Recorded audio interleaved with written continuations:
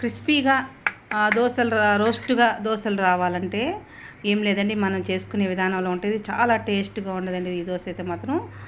మనం చేసుకునే విధానంలో ఉంటుంది. ఈ దోశ పిండి నేను ఎలా చేశానో చూపిస్తాను, వచ్చేయండి. నేను ఇవాళ దోశకు కూడా అలాగే నానేసానండి. దోశకు కానీ ఉదయం 11 గంటలకు నానేసాను. ఇప్పుడు 4:30 అయింది కదా టైము. 5 గంటల సేపు నానితే సరిపోద్ది, ఎక్కువ అవసరం లేదు. ఇప్పుడు ఈ గ్లాస్ మిక్సీ వేస్తున్నాను కాబట్టి చిన్న టీ గ్లాస్తో 1 గ్లాసు మినపప్పు అయితే వేసాను.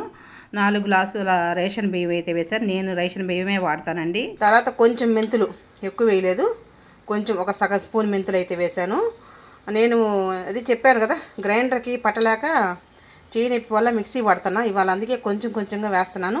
ఇప్పుడైతే మనం నానేసుకున్నప్పుడు 2-3 సార్లు అయితే కడుక్కుంటాం కదా, ఇప్పుడు మళ్ళీ మనం మిక్సీ పట్టుకునేటప్పుడు ఒక 2 సార్లు అయితే కడుక్కోవాలి.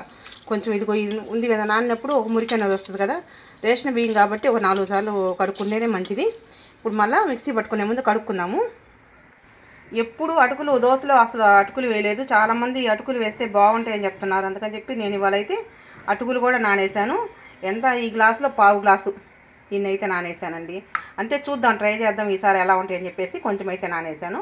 ఇప్పుడు మనం మిక్సీ పట్టేసుకుందాం. ఇప్పుడైతే శుభ్రంగా కడుక్కొని నీళ్ళని వంపేసుకున్నాం కదా, కొంచెం అన్నం అయితే వేసుకోవాలండి. నేనైతే అన్నం వేస్తాను, ఎప్పుడు వేస్తాను అన్నం వేసే అలవాటు.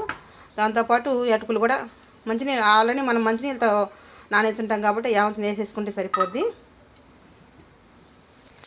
ఇలా కలబెట్టేసుకోవాలి. అన్నం వేసిన తర్వాత కలబెట్టేసి మిక్సీ పట్టేసుకుందాం. ఇప్పుడు ఈ జారి ఇప్పుడే ఇడ్లీ పిండి పెట్టాను కాబట్టి కడిగిన అవసరం లేదు.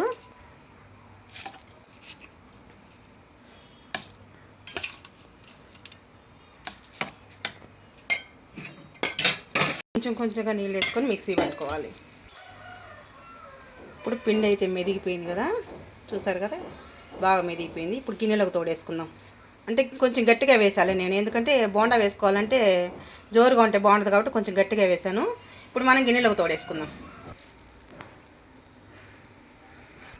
పిండి మొత్తం కూడా అలానే పట్టుకొని గిన్నెలోకి తీసేసుకోవాలి. ఇలాగా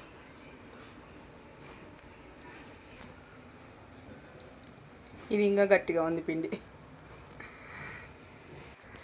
పిండి అయితే సాఫ్ట్గా మెత్తగానే బాగానే వచ్చిందండి. అంటే అటుకులు వేయడం వల్ల వచ్చిందో ఏమో తెలియదు కానీ చూద్దాం, రేపు దోశ పోస్తే కానీ అర్థం కాదు. ఇదండి నేను వేసిన దోశపిండి విధానం. అయితే నేను వేసిన విధానం నచ్చితే కన్నా మీరు ఒకసారి ట్రై చేయండి. దోశపిండి అయితే చాలా సాఫ్ట్గా మెత్తగా ఉంది. దోశలు పోసి రేపు ఎలా వచ్చినాయి అనేది కూడా వీడియో పెడతాను, ఓకేనా? మా వీడియో నచ్చితే లైక్ చేయండి. రాత్రి పిండి వేసి పెట్టి ఉదయాన్నే మోద్ది చూశాను, కానీ గ్రైండర్కి వేసినట్టయితే పొంగదు. గ్రైండర్కి అయితే చుట్టూ కింద పోద్ది. నేనేం చేశానంటే పళ్ళెం కూడా కింద పెట్టాను, ఒకవేళ కింద పోతే పళ్ళెంలో పడుతుందని చెప్పేసి. చూసారు కదా సాఫ్ట్గా మెత్తగా ఎలా వచ్చిందో. బాగా అంటే మిక్సీకి వేసినా కానీ పర్లేదండి. నేను అటుకులు వేసాను కాబట్టి ఇది ఫస్ట్ టైం నేను అటుకులు వేయడం, అందుకని చెప్పేసి సాఫ్ట్గా మెత్తగా చాలా బాగా వచ్చింది పిండి అయితే మాత్రం. మీరు ఒకసారి ఇలా ట్రై చేయండి. దోశ పిండి నేను చెప్పిన విధానంలో ఎలా అయినా పోసుకోవచ్చు, దోశలు ఎన్ని రకాలుగానైనా పోసుకోవచ్చు. ఇప్పుడు మనమైతే మనకు కావాల్సినంత పిండి అయితే బౌల్లోకి ఇలా తీసుకున్నాం కదా, ఇలా తీసుకొని సరిపడా సాల్ట్ అయితే వేసుకోవాలండి. వేసుకున్న తర్వాత కొంచెం నీళ్ళు అయితే వేసుకొని కలుపుకోవాలంటే నీళ్ళు ముందుగానే ఎక్కువ పోసేసుకోకూడదు. పిండి జోరైతే మాత్రం దోశ రాదు.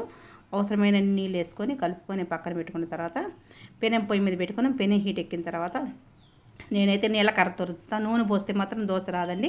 నీళ్ళ కర్రతో రుద్దితేనే దోశ నీట్గా వస్తే ఒక గంట పిండి వేసుకొని నేనైతే గిన్నెతో రుద్దుతానండి. గిన్నెతో రుద్దుతాను. నేనే ఫోన్ పట్టుకోవాలి కాబట్టి మీకు చూపించడం కుదరలేదు, వీడియో తీయాలంటే కష్టం, అందుకని చెప్పేసి నేనైతే రుద్దిన తర్వాత ఇలా చూపించి లైట్గా కారం వేసుకొని పోసుకుంటే సూపర్గా ఉంటుందండి దోశ అయితే మాత్రం. నేను చేసిన దోశ పిండి మీకు నచ్చితే కన్నా మీరు ఒకసారి ట్రై చేయండి.